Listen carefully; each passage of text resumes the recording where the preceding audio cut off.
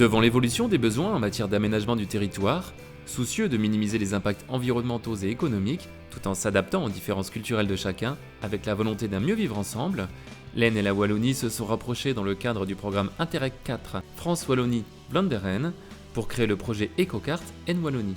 Le point commun dans le cadre de ces projets, c'est surtout l'éco-démarche, puisque l'idée était de récompenser au départ des sujets d'éco-quartier. Mais pour concevoir un éco-quartier, on sait très bien que ça peut prendre 10 ans. Donc en fait, le projet dure ici 4 ans et on s'est dit, pour avoir un maximum de personnes à sensibiliser et à aider dans la conception du projet, on va également primer les éco-démarches. Donc je dirais une charte durable, un éco-quartier, un projet est déjà en soi une démarche. Donc l'idée, c'est d'aider les concepteurs de projets ou les personnes qui ont une idée en tête, de dire vous pouvez aller plus loin, voici comment il faut faire. C'est un projet Interreg, donc c'est un projet qui est développé pour améliorer les contacts entre les différents pays européens, ça c'est déjà une première chose. La deuxième, c'est justement un projet qui a été intéressant parce que la vision wallonne en tout cas et la vision française est assez différente en matière de développement durable et en tout cas d'écoquartier. Donc, confronter les deux était fort intéressant. Le Conseil général de l'Aisne, en tant qu'opérateur chef de file, a organisé le 14 octobre dernier à l'abbaye de Saint-Michel une cérémonie de clôture.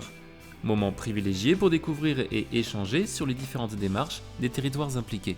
Le but de ces journées, ça a été vraiment de revenir sur les différents appels à projets, les différents projets qui ont été conçus par donc effectivement du côté belge et du côté français.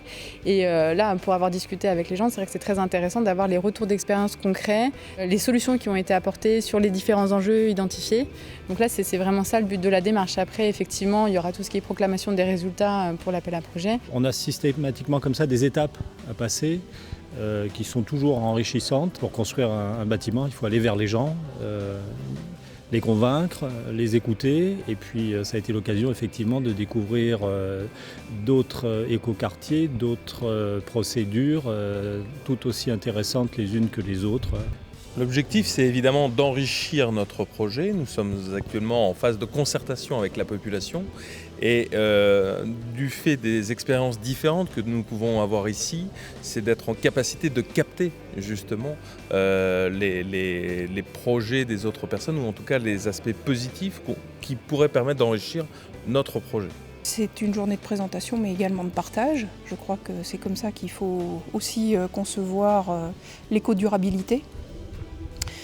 Et donc, nous sommes venus présenter ce projet qui est piloté dans le cadre d'une approche environnementale de l'urbanisme et qui nous a appris beaucoup sur la démarche. Sur cette journée, ce sont donc 4 projets qui ont été récompensés, soit en tout 8 candidatures reçues avec le premier appel à projet issu du concours du 11 juin 2013. Tous sont répartis sur les 2 catégories, éco-démarche et éco-quartier. Un éco-quartier englobe quand même pas mal de démarches, que ce soit au niveau de l'environnement, au niveau de l'économie, au niveau de l'écologie, au niveau de la gouvernance et surtout la mixité. Donc si on rejoint tous ces points-là et qu'en plus on fait en sorte que les gens puissent se mouvoir grâce à des moyens de mobilité douce, pas loin du centre-ville, près des commerces, voilà vraiment l'idée de l'écoquartier. Quartier durable, c'est surtout une question d'état d'esprit plus que de projet. C'est vraiment vouloir s'adapter à son contexte et essayer de faire en sorte que le projet ait le moins d'impact possible sur l'environnement, sur les générations futures tout simplement. Et donc, c'est l'adapter aux citoyens, c'est l'adapter aux gens qui vont l'habiter, leur donner une place importante, c'est de permettre une bonne mixité, que les gens aient les moyens de l'acheter, qu'il soit vraiment adapté à son contexte. C'est un état d'esprit et c'est une volonté. C'est réfléchir autrement à comment préserver nos centres-bourgs, comment préserver la vitalité et l'attractivité de ces centres-bourgs de villes de moins de 10 000 habitants. La démarche écologique, on a essayé de l'intégrer dans cette démarche d'aménagement du territoire aussi qui dépasse la simple production de logements, mais essaye aussi d'influencer la façon d'imaginer les villes de demain. Cet événement de clôture ouvre en fait la voie vers l'urbanisme éco-responsable et éco-citoyen de demain. Et nos territoires wallons et axonnais, forts de cette expérience, ont déjà amorcé la transition.